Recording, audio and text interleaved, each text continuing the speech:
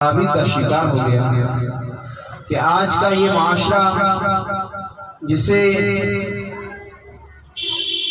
پوری دنیا جس سماج کو پوری دنیا جس معاشرے کو محمد مصطفیٰ صلی اللہ علیہ وسلم کا امتی کہہ کر بلاتی ہے، جس معاشرے کو، جس قوم کو، جس سماج کو دنیا غلامان مصطفیٰ کہا کرتی ہے، آج بڑے افسوس کی بات ہے وہ قوم کہ جنہیں عیسائی مسلمان کہا کرتے ہیں، جنہیں یہودی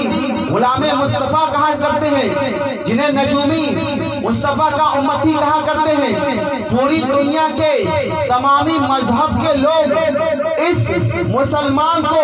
مصطفیٰ کا امتی گردانا کرتے ہیں۔ وہ قوم جسے رسول اللہ کے نام سے پہچان ملی ہے، جسے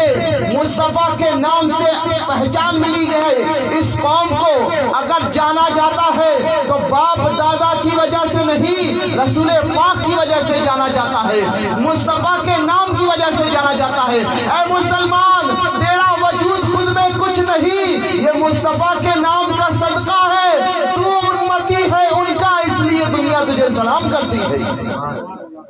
تو ان کا امتی ہے، تو مصطفیٰ کے نام سے پہچانا جاتا ہے، تو مصطفیٰ کے نام سے گردانا جاتا ہے، تیرا تعارف ان کا امتی ہونے سے کرایا جاتا ہے۔ مگر افسوس ہے اس قوم پر، افسوس ہے ان لوگوں پر کہ ناچ گانا کیا جائے جس میں مہرے اور ناچنے والے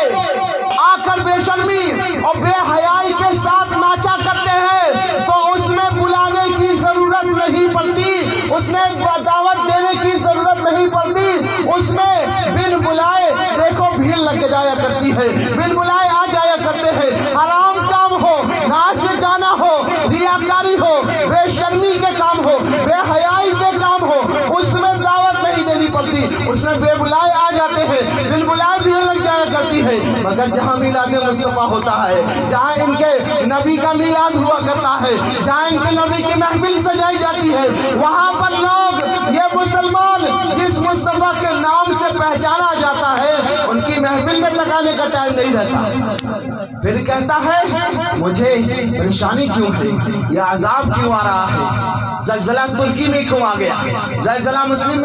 دیش میں کیوں آ گیا، ارے یہ تمہاری کرتوت ہے، تم جن کے نام سے پہچانے جاتے ہو ان کی محفل میں بیٹھنے کی تمہیں توفیق نہیں ہوتی، اس کے بعد کہتے ہو ہم پریشان کیوں ہیں، اس کے بعد کہتے ہو اللہ ناراض کیوں ہے، خدا کے محبوب کو ناراض کر رکھا ہے، غیروں کی مجلسوں میں جایا کرتے ہو، مصطفیٰ کی مجلس میں نہیں آتے،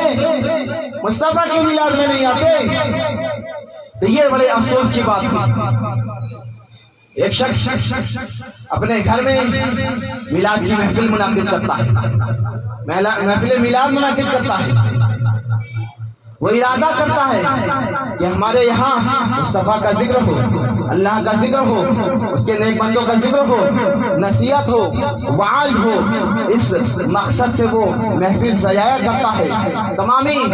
دنیا بھر کے جتنے بھی اخراجات ہوتے ہیں وہ سب پیسے لگا کر میلاد میں اور جلسے میں مجلس میں خرچ کیا کرتا ہے، مگر افسوس کی بات ہے اس میلاد میں، اس محفل میں لوگ جو مصطفیٰ کے غلام کہے جاتے ہیں وہ آنے کو تک تیار نہیں ہوتے۔ بڑے افسوس کی بات ہے کیونکہ جہاں پر محفل میلاد ہوتی ہے وہاں انسان آئے یا نہ آئے اللہ کے مقدس فرشتے ضرور آتے ہیں، اس محفل کو اللہ تعالیٰ اپنے فرشتوں سے ڈھانپ لیتا ہے، نوری مقدس اور پاکیزہ مخلوق فرشتے اس محفل میں آ کر کھڑے ہو جایا کرتے ہیں بادب، اس محفل میں مصطفیٰ کا ذکر ہوا کرتا ہے۔